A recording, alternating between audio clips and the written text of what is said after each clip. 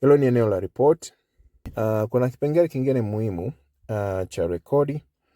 Bonyeza kwenye rekodi, nako pia kuna baadhi ya vitu vya kuvizungumza kwa pamoja hapa. Kuna record kuu kama ambavyo tunaiona hapa, lakini pia kuna tazama mikopo kama ambavyo tunaiona hapa, na kuna kusanya mikopo kama ambavyo tunaiona hapa, lakini pia kuna lipa mikopo, lakini pia andika deni.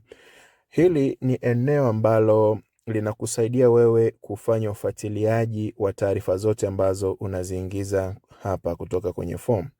Form unapoandika uuzaji ambao unaufanya, taarifa zake utazikuta kwenye rekodi kuu. Utakutana na mauzo, manunuzi, madeni ya huduma na matumizi. Kwa sasa inasema hakuna rekodi kwa sababu hatujaanza kurekodi kitu chochote bado. Ukifanya back inakurudisha hapa kwenye rekodi kuu, lakini pia unaweza kaelewa kwamba kwenye tazama mikopo nako pia ukiangalia ni kama vile hakuna kitu bado. Kwa nini? Kwa sababu mauzo yote ya mikopo yanatakiwa yawe yakionekana hapa, na kwa vile hatujafanya mauzo hakionekani kitu chochote hapa.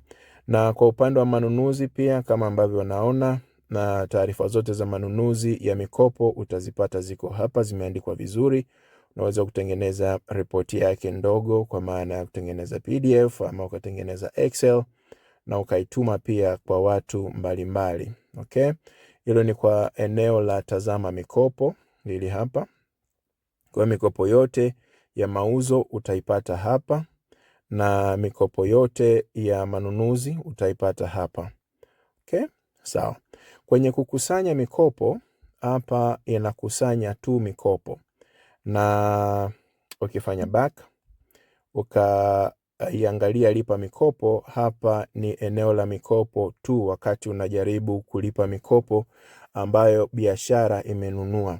Kwa mfano kama wewe unafanya biashara ya bidhaa halisi za kugusika, kwa mfano duka ama duka la rejareja ama la jumla, kuna vile ambavyo unapaswa mara nyingine kununua kwa mkopo bidhaa. Kwa hiyo kama unaletewa bidhaa kwa mkopo, unazisajili, wakati unalipa unaandika hapa kwa ajili ya kutunza kumbukumbu. Okay?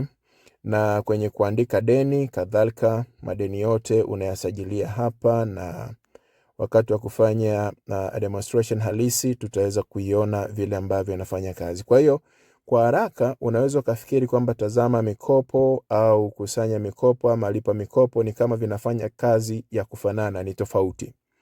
Rekodi ni kwa ajili ya kutunza kumbukumbu tu za mauzo, manunuzi, madeni ya huduma na matumizi. Zote zile ambazo unazifanya entry collectively tutaziona tutakapofanya demonstration kwa uhalisia. Lakini ukisema tazama mikopo, ni eneo ambalo linakupeleka kwenye aidha mauzo ya mikopo ama manunuzi ya mikopo kama ambavyo tunaona. Basi hilo ndio hilo eneo ambalo linasimamiwa na tazama mikopo. Lakini kwenye kukusanya mikopo, manake inadili na mikopo ambayo umeuza, ndio maana hapa anasema mauzo. Ile yote ambayo umeuza kwa mikopo, basi utakuwa unaifuatilia kwa hapa, kukusanya na kuelewa kiasi chote ambacho umefanya mauzo kwa mikopo utakikuta yuko reflected hapa. Hiyo ndio tofauti yake kubwa. Okay? Eneo la lipa mikopo ni hivyo hivyo. Kumbuka hapo kutazama mikopo utakuta manunuzi yote ya mikopo yako hapa, lakini kwa maana ya kulipa inakuleta specifically kwa ajili ya kulipa mikopo ya manunuzi ambayo utakuwa umeifanya. Okay. Sawa. Hatua ambayo inafuata ni mpangilio.